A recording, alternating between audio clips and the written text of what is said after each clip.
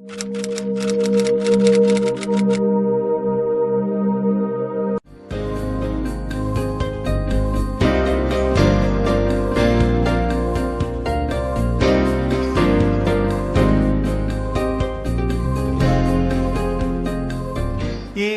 ante la inminente visita del presidente Obama, pues surge la pregunta, y qué mejor que preguntarte a ti. ¿A qué viene? ¿Cómo está? ¿Cómo encuentras tú en este momento las relaciones México-norteamericanas? Bueno, sabemos que todo esto trae una situación previa, que fue en el 2001, cuando uno de los temas de la agenda del gobierno de Estados Unidos, en ese momento era el presidente Bush, era tratar el tema migratorio. El presidente Fox tuvo como mucha intención de que se llevara a cabo, pero precisamente eso fue el 6, más o menos 4, 5 y 6 de septiembre del 2001, y recordemos que 5 días después fue el 11 de septiembre. El 11 de septiembre. Entonces todo cambió, desde ese momento todo cambió, y en la agenda de Estados Unidos cambiaron las prioridades y se le dio prioridad al tema de la guerra, del armamento y de combatir al terrorismo, ¿no? De hecho, mucho del lenguaje de Bush en ese momento era: si no estás conmigo, estás en contra de mí. Y eran, digamos, cómo se marcó la agenda. Y Fox nunca pudo retomar el tema del tema migratorio, ¿no? Que era la intención que tenía Fox. Y entonces en este momento Obama viene realmente a tratar este tema. Bueno, sucede varias cosas con el tema migratorio. Desde el 2001 han pasado muchas cosas, pero hubo un parteaguas muy claro en el 2006, que fue cuando los grandes grupos de migrantes en Estados Unidos se empezaron a reunir y a emitir su voz, a decir en un momento muy claro de la política, que era precisamente antes de que se llevaran a cabo las elecciones de medio término, donde no se elige a presidente sino al legislativo. Congreso. Y fue en el 2006, y se dieron muchas manifestaciones en diferentes ciudades de Estados Unidos, particularmente en la ciudad de Los Ángeles, en la ciudad de Chicago, en Washington D.C., en Nueva York, y así en varias, ¿no? Y eran esos grupos de hispanos, muchos de ellos con voz y voto, y muchos de ellos como migrantes, a decirle a los políticos: hoy marchamos, mañana votamos, es decir, tomen en cuenta que somos parte de su economía, de su política, de su cultura y de todo lo que se necesita para que este país sea lo que es. Entonces, fue a partir del 2006 que se empezó a plantear la idea de que habría que retomar el tema migratorio. Sin embargo, como en Estados Unidos la política se da cada 2 años, los temas de política se dan cada 2 años, política electoral me quiero referir, porque son cada 4 los temas de política electoral para presidente, y cada 2 la política electoral para los legisladores.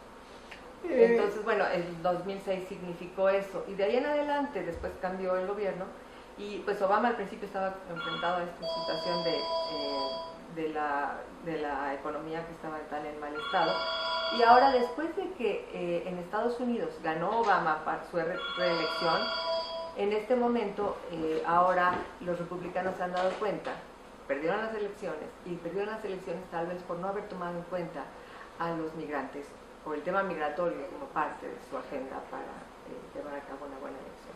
Raquel, dime una cosa, porque con todo esto que tú nos estás, el panorama que nos estás pintando, a principios del siglo pasado, había una famosa frase que decía: pobrecito de México, tan lejos de Dios y tan cerca de los Estados Unidos. Para Estados Unidos, ¿qué representa México realmente? ¿Tiene una importancia estratégica, económica, etcétera? O en este caso, cuando tú hablas de los migrantes, solamente se refiere a la fuerza de trabajo y a esa gente que ya está en Estados Unidos, pero que se está de alguna manera desligando de México. Bueno, son 2 temas. Un tema es por qué estamos, o sea, la razón de estar tan cerca de Estados Unidos, y cómo responde Estados Unidos a tener a México tan cerca, ¿no?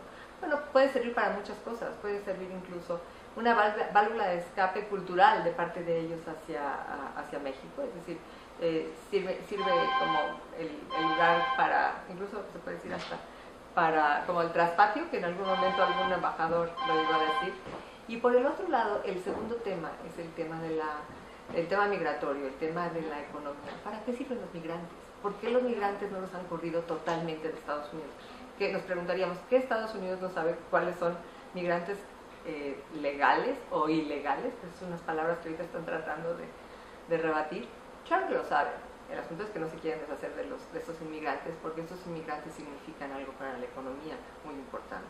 Entonces, por eso, digamos que un poco en términos mexicanos se hacen de la vista gorda, ¿no? Y bueno, esa película que de alguna manera hasta podría ser premonitoria, ¿no? Un día sin mexicanos, parece ser que los pondría en bastantes aprietos. Sí. Pero perdón, si quisieras precisar un poquito más, ¿qué es México para Estados Unidos? O sea, es el lugar del río Bravo para abajo donde están todos los males y todos los maleantes.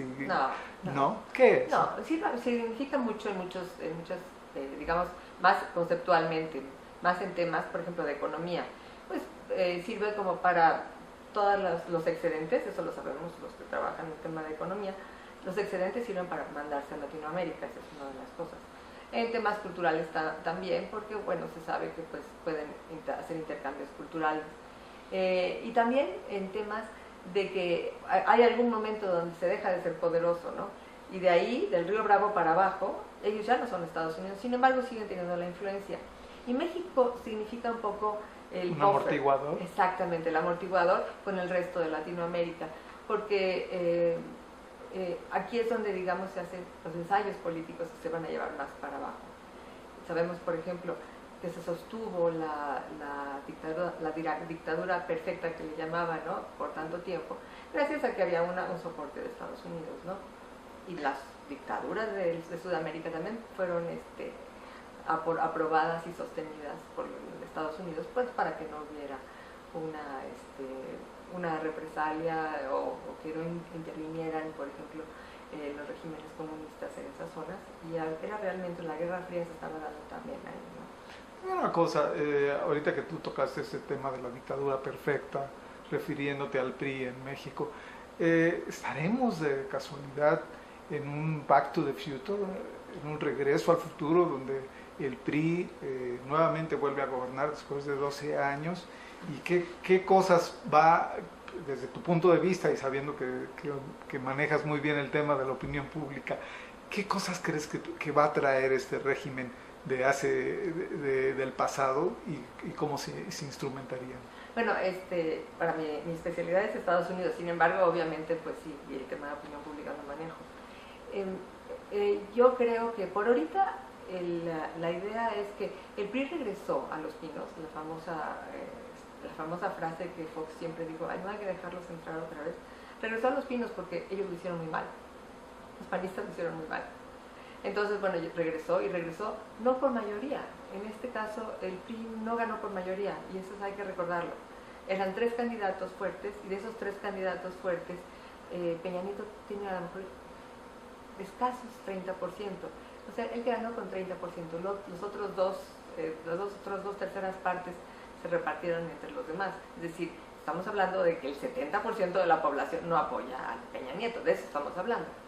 Sin embargo, como en el caso de Salinas, que hizo un trabajo de reafirmarse y legitimarse en el poder en cuanto entró al poder, y me parece que Peña Nieto está haciendo eso con las medidas políticas que está tomando en cuenta, y sobre todo se está dando cuenta de qué significa la opinión pública con respecto a diferentes temas, por ejemplo el tema de la educación, el tema de los sindicatos y las medidas que tomó desde el mero principio de su gestión. Wow. O sea que es de pronóstico reservado todavía. Sí, no sabemos, yo no sé, no podría yo decirte qué va a pasar dentro de 6 años. Si hace una buena actuación, es muy probable que se quede el PRI, porque sabemos también como las viejas formas de políticas que hay se repitieron para esta campaña electoral. Sabemos que eso sucedió y no veo por qué no pudiera seguir sucediendo, ¿no? Claro. Oye, Raquel, para regresar un poquito al tema original, sabemos que hay algunos instrumentos, algunos eventos que nos permiten conocer un poquito mejor, como dirían muchos intelectuales de hace algunas décadas, el imperialismo yanqui. Cuéntanos, ¿tú estás involucrado en alguna de estas eventos, algunas conferencias o algo por el estilo? Sí, yo he dado varias conferencias al respecto y ahora estamos por abrir un diplomado nuevo en la Universidad Iberoamericana que se llama Estados Unidos, Política, Economía y Sociedad. Y este diplomado va a tocar muchos temas. Principalmente se va a hacer un recorrido por la historia de Estados Unidos, cómo llegó a ser lo que es hoy en día, qué es lo que lo formó, con qué ideología. Tendemos a decir que Estados Unidos no tiene ideología y que no tiene historia. Y no, gracias a esa ideología, esa historia es lo que es, y es la influencia que tiene sobre nosotros. Luego, la parte de la economía, pues vamos a ver para la gente que está interesada en hacer negocios con Estados Unidos, que tiene intercambios con Estados Unidos y que quiere conocer las formas económicas, culturales con las que se llevan a cabo los intercambios, pues eso les va a servir mucho. Y finalmente la parte cultural, ¿no? Que decimos Estados Unidos, política, economía y sociedad, pero nos referimos a la parte cultural, ¿no? Este tema del cine, el tema de los medios de comunicación, los intercambios que hay entre las familias de Estados Unidos y las de México. O sea, tú decías, hay mucha diferencia, pero también hay muchas similitudes. Y gracias a esta diferencia es que nosotros podemos ver con ojos críticos a Estados Unidos y Estados Unidos nos puede ver a nosotros con ojos críticos. Y tomamos mucho de esas fórmulas, ¿no? De las fórmulas que ellos llevan a cabo. Muy bien. Oye, Raquel, pues qué interesante. Esperamos que nos permitas continuar con estos diálogos porque realmente nos enriquecen. Oye, pues te deseamos muchísimo éxito y muchísimas gracias por tu tiempo. Muchas gracias.